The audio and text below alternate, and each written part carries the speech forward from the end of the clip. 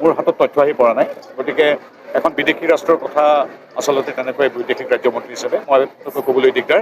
তথ্য পাতি আহিলে নিশ্চয় আপোনাক জনাম। বৰগোহাঁইতো ইছ্যু নাই, তেওঁলোকে এতিয়া বৰদলৈ সিদিনাখন আহিছে। বৰদোৱাত সঁচাকৈ কিবা হৈছে নাই তেওঁ সেইটো কওক। তেওঁলোকৰ প্ৰিয় বেদখলকাৰী উচ্ছেদ কৰি দিছে নাই সেইটো কওক। গতিকে বৰগোহাঁইক সেইবিলাক প্ৰশ্ন সুধিব লাগে যে আপুনি কাজিৰঙাৰ সন্মুখেৰে পাৰ হৈ যায়, আপোনালোকৰ দিনত দেখোন দৈনিক এটাকৈ গড় হত্যা কৰাইছিল।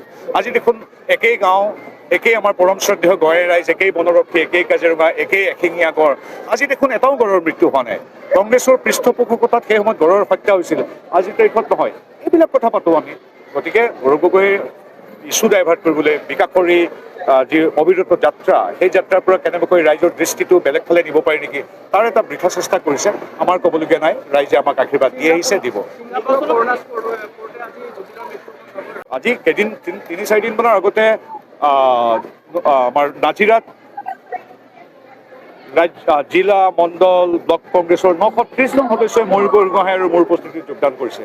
তাৰ এদিন পিছত প্ৰায় ১,০০০ লোকে ৰূপজ্যোতি কুৰ্মী আৰু মোৰ উপস্থিতিত মোৰ এনেই যোগদান কৰিছে। এইকেইদিনতে মই আকৌ যাব লাগিব, বহু হাজাৰ লোকে লোকসভা সমষ্টি যোৰহাটত অংশগ্ৰহণ কৰিব। গতিকে আমাৰ আটাইতকৈ গুৰুত্বপূৰ্ণ কথাটো হ'ল কেৱল কংগ্ৰেছ দলৰ শীৰ্ষ নেতা কোনোবা প্ৰাক্তন সভাপতি, মন্ত্ৰী, বিধায়কেই নহয়, তৃণমূল পৰ্যায়ৰ NSUৰ যুৱ কংগ্ৰেছৰ পৰা ৩০-৪০ বছৰ কংগ্ৰেছ কৰি থকা মানুহেও তৃণমূল পৰ্যায়ত গাঁৱে ভূঞে চহৰে নগৰে আজিৰ তাৰিখত বংশবাদ বা সেই নিৰ্দিষ্ট পৰিয়ালৰ ওচৰত নগজানো হৈ থকাৰ বিপৰীতে লুৰিণ গগৈ বা গৌৰৱ গগৈয়ে কি কৈছে, কি কৰিছে, এইবিলাকৰ প্ৰতি একেবাৰে আমাৰ ক'বলগীয়া নাই। ইতিমধ্যে কৈছে অখিল গগৈ, লুৰিণ গগৈ লিলি হোটেলত কি কবিতা লিখিলে, কোনে ক'ত সাৱটি ধৰিলে, তেওঁলোকে কোনে কাৰ লগত অভিমান কৰিছে, কোনে কাৰ ওচৰত আঁঠু লৈছে, এইবিলাক কথা পাতি থকাতকৈ মই কোৱাটো উচিত। আজি প্ৰধানমন্ত্ৰী মহোদয় আহিছে বিকাশৰ বতৰালৈ।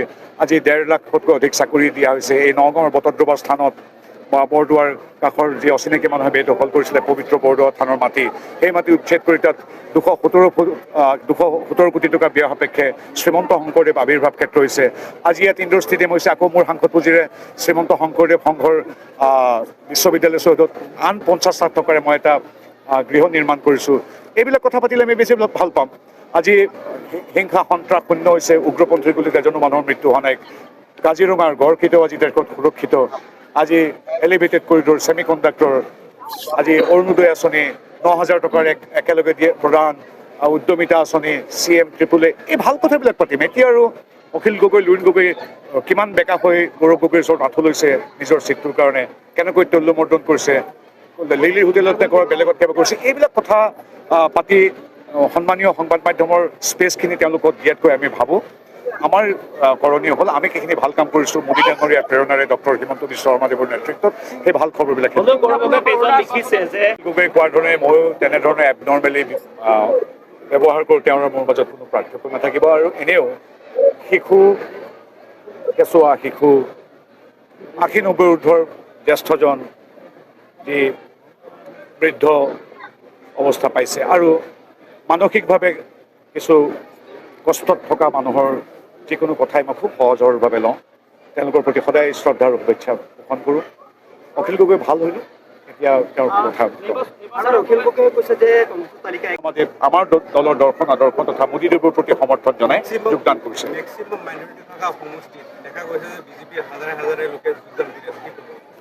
এতিয়া চাওক, আমাৰ দলৰ মূল কথাটোৱে হ'ল সৰ্বধৰ্ম সমভাৱ, সবকা সাথ সবকা বিকাশ সবকা বিশ্বাস সবকা প্ৰয়াস।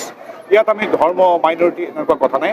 এইটো কথা ঠিক, যিখিনি মানুহ এতিয়ালৈকে অসমীয়াত্ব ভাৰতীয়ত্বত সমাহিত হোৱা নাই, যি মানুহে সনাতন সংস্কৃতিক সেৱা কৰা মানে সাম্প্ৰদায়িকতা বুলি ভাবে, যি মানুহে মোৰ সত্ৰ নামঘৰ বনাঞ্চল বা খিলঞ্জীয়া মানুহৰ ভূমি দখল কৰিছে, তেওঁলোকে আহে নাহে ভোট দিয়ে নিদিয়ে আমাৰ একেবাৰে লক্ষ্য নহয়। তেওঁলোকৰ মূল তেওঁলোকৰ লক্ষ্য হ'ল গৌৰৱ গগৈ, অখিল গগৈক মৰম কৰা, আশীৰ্বাদ দিয়া।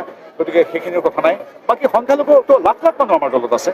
সমগ্ৰ ভাৰতবৰ্ষত সংখ্যালঘু আপুনি ইছলাম ধৰ্মী কওক, যিকোনো ধৰ্মাৱলম্বী লোক লাখ লাখ মানুহ আছে। তেওঁলোকে জানে যে এই দুইখন চৰকাৰৰ দিনতেই সংখ্যালঘু আটাইতকৈ সুৰক্ষিত। এতিয়া কংগ্ৰেছে তেওঁলোকৰ মাচিহা বা তেওঁলোকৰ ৰক্ষণাবেক্ষণ দিব পৰা এটা দল বুলি কয়, কিন্তু তেওঁলোকৰ দিনতেই নেলি হত্যাকাণ্ড হৈছিল। তেওঁলোকৰ দিনতেই BTD অঞ্চলত আমাৰ গোষ্ঠীগত সাম্প্ৰদায়িক বিভিন্ন ধৰণৰ সংঘৰ্ষ হৈছিল। তাৰ বিপৰীতে আজি বিগত 10 বছৰে ক'ৰবাত শুনিছেনে এটাও ক'ৰবাত সাম্প্ৰদায়িক বা গোষ্ঠীগত ধৰ্মীয় সংঘৰ্ষ নহয়, কাৰণ আমি ৰাজধৰ্ম পালন কৰি সকলোৰে বিকাশৰ বাবে সকলোৰে সুৰক্ষাৰ বাবে কাম কৰোঁ। গতিকে অৱধাৰিতভাৱে ক'ৰবাত কেতিয়াবা কিছু সংখ্যালঘু লোকেও আগবাঢ়ি আহিছে যে হয় হিমন্ত বিশ্ব শৰ্মাৰ দিনত সংখ্যাগুৰু কি সংখ্যালঘু কি সকলোবিলাক সুৰক্ষিত সুৰক্ষিত অসমৰ স্বাৰ্থত বহু লোক ওলাই আহিছে। চামগুৰি সমষ্টি বৰ্তমান দেখিবলৈ কি চামগুৰি কি শদিয়া কি ধৰি প্ৰত্যেক সমষ্টিতে আছে। গতিকে আমি সময় আহক আপোনালোকে দেখিব যে আমাৰ দলৰ কাৰ্যকৰ্তাসকল কেনেকৈ আগবাঢ়িছে। এতিয়া চামগুৰি সমষ্টিৰ কথা আপুনি কিয় কৈছে যে কংগ্ৰেছত গম পোৱা যায় যে ইয়াত ৰকিবুল হুছেইনদেৱৰ সন্তান উঠিবই, মাৰ্গাৰিটাত প্ৰদ্যুৎ বৰদলৈৰ সন্তান উঠিবই, নাজিৰাত আপুনি প্ৰাৰ্থী তালিকা চাব নালাগে, তাত হিতেশ্বৰ শইকীয়াদেৱৰ পুত্ৰ উঠিবই। গতিকে সেইবিলাক সমষ্টিত গম পোৱা যায়। কিন্তু আমাৰ নগাঁও, আমাৰ চামগুৰি, আমাৰ বহৰমপুৰত আমি সাধাৰণ মানুহৰ সন্তান যিকোনো এগৰাকী মানুহে মন্ত্ৰী বা বিধায়কৰ সন্তান হ'ব নালাগে, তেওঁলোকে আমাৰ যিকোনো কাৰ্যকৰীতা টিকেট পাব। সেইকাৰণে চামগুৰিৰ এই নেতাজন আপুনি হয়তো এতিয়ালৈকে বিচাৰি উলিয়াব পৰা নাই, যিকেইজন সাধাৰণ কাৰ্যকৰ্তাই আমাৰ দলত যিহেতু টিকেট পায়।